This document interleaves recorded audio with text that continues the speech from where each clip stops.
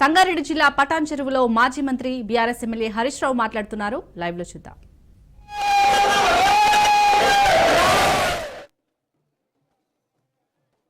ఉప ముఖ్యమంత్రిని అందరినీ పిలిచి సోనియా గాంధీ ఫోటోలు దిగింది, రాహుల్ గాంధీ ఫోటోలు దిగింది.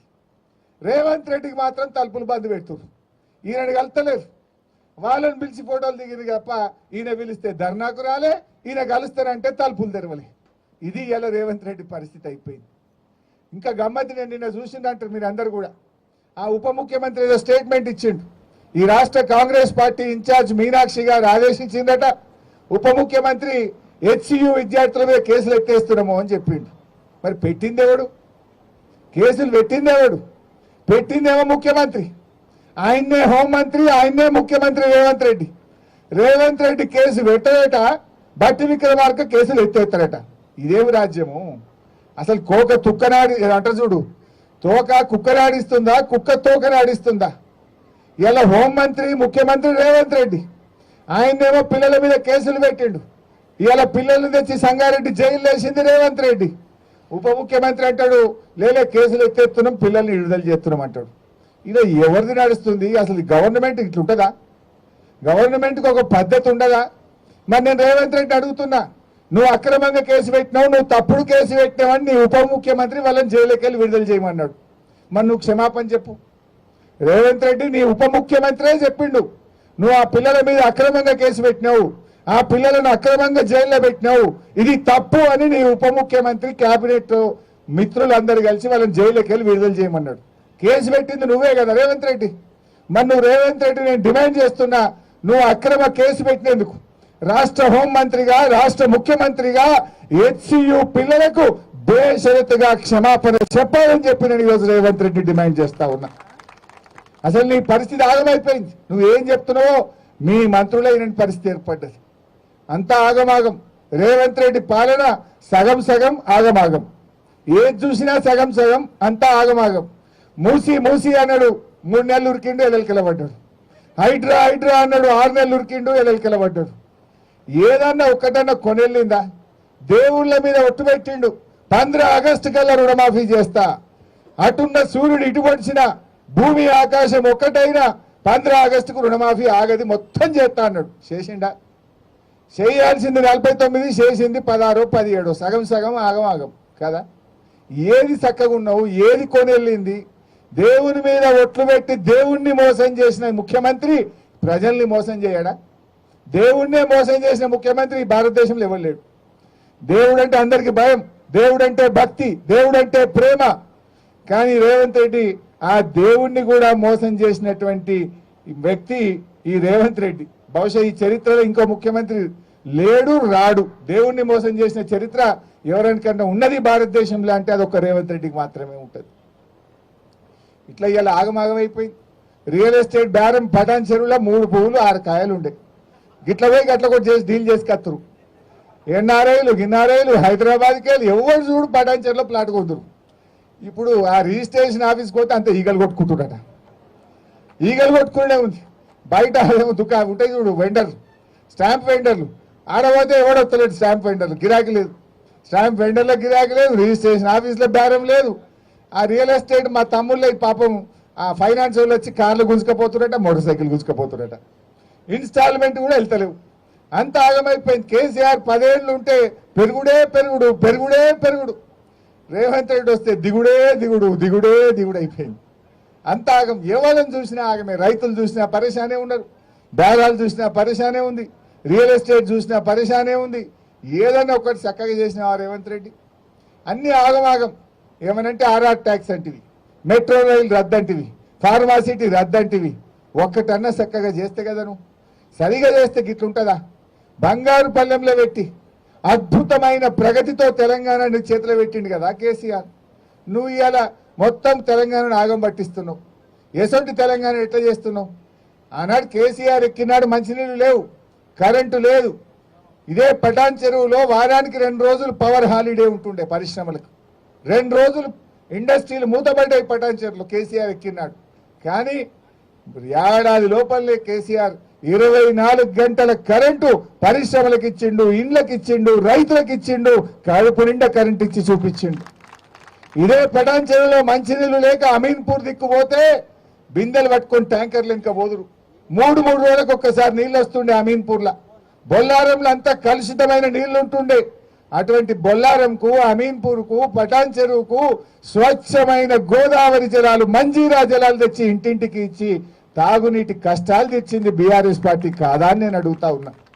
ఏం చేసినావు రేవంత్ రెడ్డి? 1,58,000 కోట్ల అప్పు తెచ్చినావు ఏడాదిలో.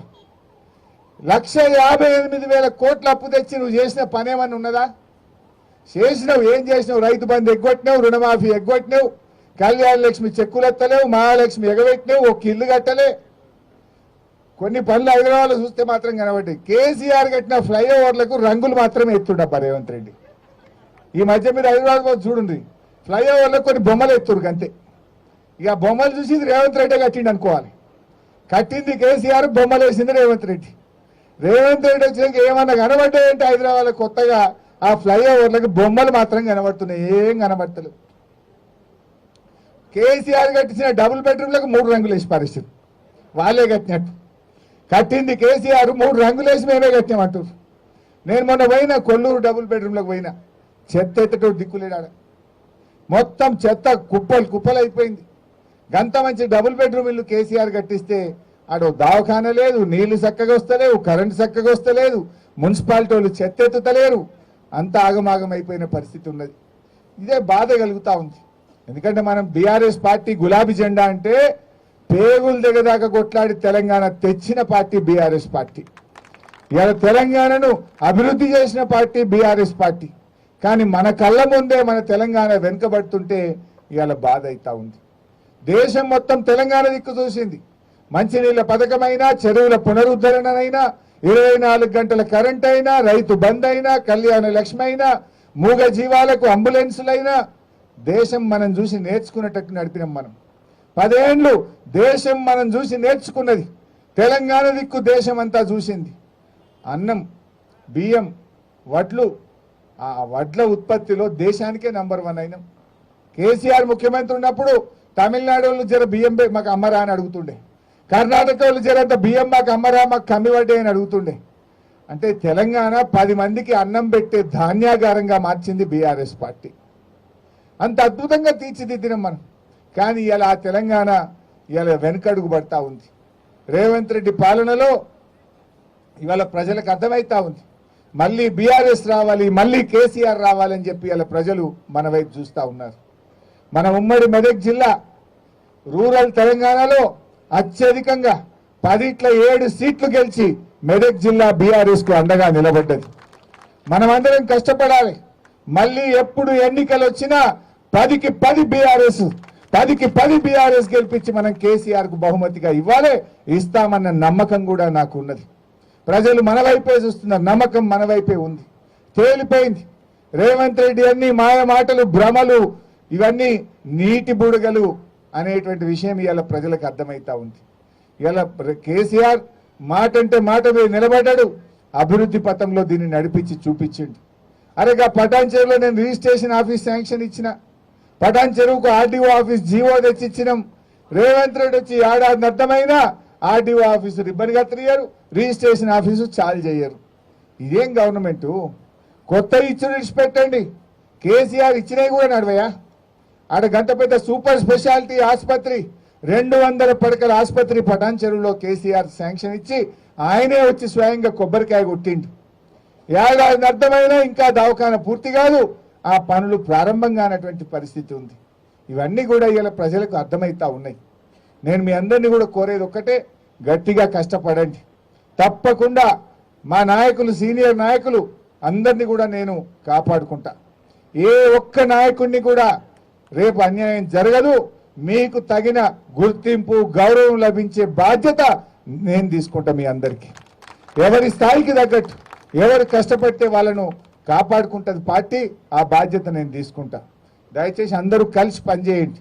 ఏప్రిల్ 27 వరంగల్ మీటింగ్కు పటాన్ చెరువు నుంచి పెద్ద ఎత్తున స్వచ్ఛందంగా కదిలొచ్చే విధంగా ఇప్పటి నుంచి ఏర్పాట్లు చేయండి.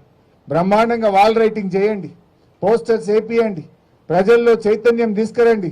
ఎప్పుడెప్పుడు ఆ వరంగల్ మీటింగ్కి పోవాలి అనే విధంగా ఏప్రిల్ 27 వరంగల్ మీటింగ్కు అన్ని గ్రామాల నుంచి, అన్ని మున్సిపల్ వార్డుల నుంచి, జిహెచ్ఎంసి వార్డుల నుంచి కూడా జన సమీకరణకు సమాయత్తం చేయండి.